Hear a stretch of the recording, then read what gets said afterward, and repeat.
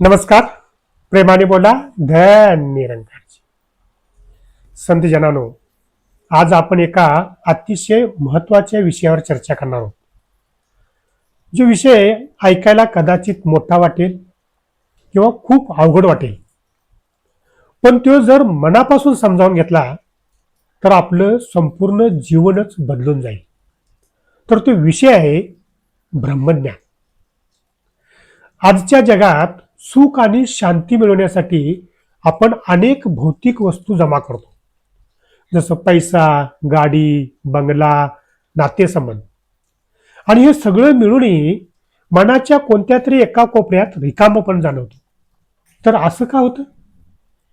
निरंकारी विचार सांगतो, जे सुख आणि शांती आपण बाहेर शोधतो ती आधीपासूनच आपल्या आतमध्ये आणि आपल्या सभोवताली असते.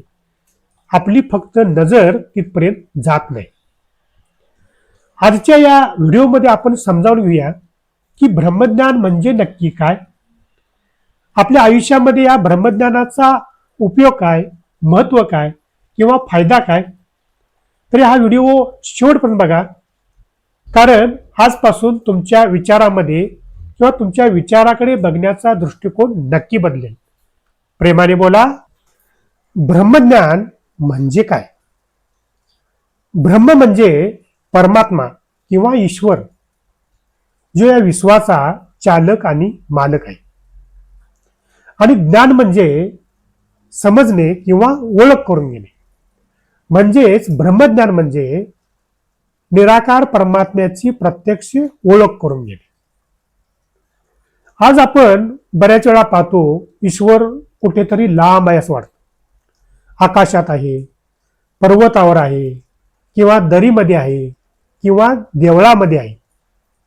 पण निरंकारी मिशन म्हणतं, देव केवळ मंदिरामध्येच आहे असं नाही, तर देव हा चराचरात, कणाकणात आणि माणसाच्या प्रत्येक घटाघटात वसलेला आहे.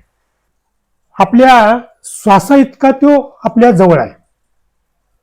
जसं अंधारामध्ये समोरची वस्तू दिसत नाही, तसं आपल्या मनावरचा अज्ञानाचा पडदा दूर झाल्याशिवाय हा चराचरातला ईश्वर आपल्याला दिसत नाही. जेव्हा पूर्ण सद्गुरू आपल्या जीवनात येतो आणि आपल्या मनावरचा अज्ञानाचा पडदा दूर करतो आणि ह्या ईश्वराची ओळख करून देतो, त्यालाच ब्रह्मज्ञान असे म्हणतात. हे कुठलेही पुस्तकी ज्ञान नाही किंवा आपला संसार सोडून वनात जाण्याची गरज नाही, तर आपल्या कुटुंबामधल्या सगळ्या जबाबदाऱ्या पार पाडून हे ब्रह्मज्ञान आपल्याला घेता येते. प्रेमाने बोला.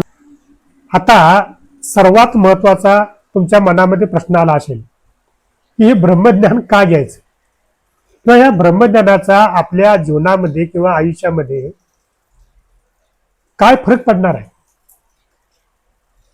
किंवा ब्रह्मज्ञानाचं महत्व काय. चला तर आपण एक 4 मुद्द्याच्या द्वारे या ब्रह्मज्ञानाचं महत्व समजावून घेऊया. पहिला मुद्दा, मनातील भीती आणि चिंता पडली. ब्रह्मज्ञानापूर्वी आपण बऱ्याच वेळा भविष्याची चिंता करतो. उद्या काय होईल, कसं होईल, माझ्या मनासारखं होईल का, नाही झालं तर, अशा खूप चिंता असतात.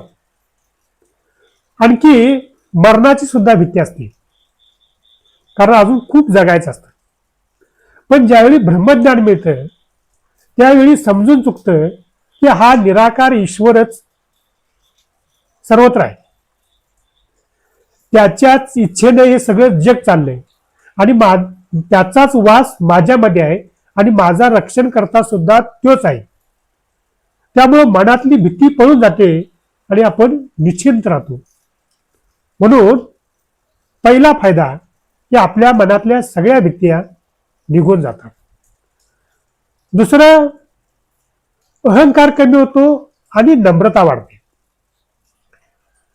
ब्रह्मज्ञानापूर्वी माणूस प्रत्येक वेळी हे मी केलं, माझ्यामुळे झालं किंवा मी होतो म्हणून झालं, असा त्याला मीपणा येतो किंवा अहंकार चढतो. आणि ज्यावेळी अहंकार येतो त्यावेळी तो कर्मबंधनात अडकतो आणि दुःखाला कारण ठरतो. पण ज्यावेळी ब्रह्मज्ञानी होतो या ईश्वराची ओळख होते त्यावेळी त्याला समजतं की या चराचरात एकच ईश्वर आहे आणि त्याच्याच इच्छेनं हे सगळं जग चालू आहे. रक्षण करता पालन करता तो निराकार ईश्वरच आहे. मी फक्त निमित्त मात्र आहे अशी तिची भावना दृढ होते आणि त्याच्या मनातला अहंकार गळून पडतो आणि नम्रता वाढायला लागते. तिसरा फायदा, माणसामधील भेद संपतो, म्हणजे भेदभाव संपतो. आज आपण जगात बघतोय अनेक ठिकाणी जातीवरून भांडण आहेत, प्रांतावरून भांडण आहेत, धर्मावरून भांडण आहेत. प्रत्येकाला वाटतं माझी जात श्रेष्ठ, माझा धर्म श्रेष्ठ, माझा प्रांत श्रेष्ठ. पण ज्यावेळी ब्रह्मज्ञान मिळतं त्यावेळी माणसाला समजून चुकतं की निराकार ईश्वर हा एकच आहे आणि तो प्रत्येक घटामध्ये त्याचा वास आहे. जसं सोनं एकच असतं पण त्याच्याकडून किंवा त्याच्यापासून अनेक अलंकार बनवले जातात, तसं चेहरे जरी वेगवेगळे असले तर त्याच्यामध्ये असणारा आत्मा आणि परमात्मा हा एकच आहे. ही ज्यावेळी जाणीव होते त्यावेळी आपापसात प्रेम वाढतं, आपुलकी वाढते आणि सगळी आपली वाटायला लागतात आणि आपण सगळ्या जातीची धर्माची माणसं गुण्यागोविंदाने एकत्र नांदायला लागतो. चौथा जो फायदा आहे तो म्हणजे सुख दुःखात स्थिर राहण्याची ताकद मिळते, म्हणजे समदृष्टी. बऱ्याच वेळा आपण सुख आलं की सुखानं हरवून जातो आणि दुःख आलं की दुःखानं खचून जातो. पण ज्यावेळी ब्रह्मज्ञान मिळतं त्यावेळी आपल्याला सुख दुःख समान वाटतं. ब्रह्मज्ञान आपली परिस्थिती बदलत नाही तर आपली मनस्थिती बदलते आणि मनस्थिती बदलली की परिस्थिती आपोआप बदलते.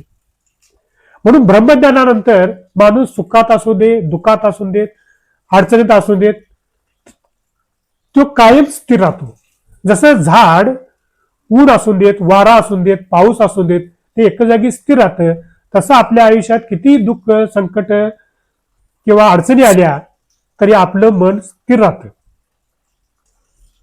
संतजनानो, निरंकारी मिशन नेहमी सांगतं ब्रह्मज्ञान फक्त बुद्धीत ठेवून चालत नाही तर ते कर्मात उतरावं लागतं.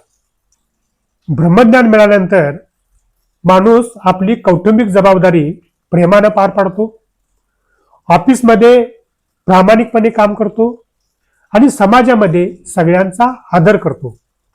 म्हणजेच तो एक चांगला माणूस बनत असतो. जेव्हा आपण रोज सत्संग, सेवा, नामस्मरण करतो तेव्हा हे ब्रह्मज्ञान आपल्या आयुष्यामध्ये पक्क होतं आणि जीवन आपलं सुंदर बनतं. शेवटी एवढंच म्हणेन की दिवा विझलेला असेल तर तो आपोआप पेटत नाही तर पेटलेल्या दिव्याची त्याला गरज असते. तसं आपल्या मनातील अंधकार दूर करण्यासाठी एका पूर्ण सद्गुरूची किंवा संतांच्या संगतीची गरज असते. जर आजचे विचार हे तुमच्या मनाला पटले असतील तर तुमच्याही जीवनात विशालता आणण्याचा प्रयत्न करा. व्हिडिओ आवडला असेल तर मनापासून लाईक करा. तुमच्या इतर मित्रमैत्रिणींना हा व्हिडिओ शेअर करा. चॅनलला अजून नवीन असाल तर चॅनल सबस्क्राईब करा आणि अशाच सुंदर विचारासाठी पुन्हा भेटूया. तोपर्यंत प्रेमाने बोला. धन निरंकार.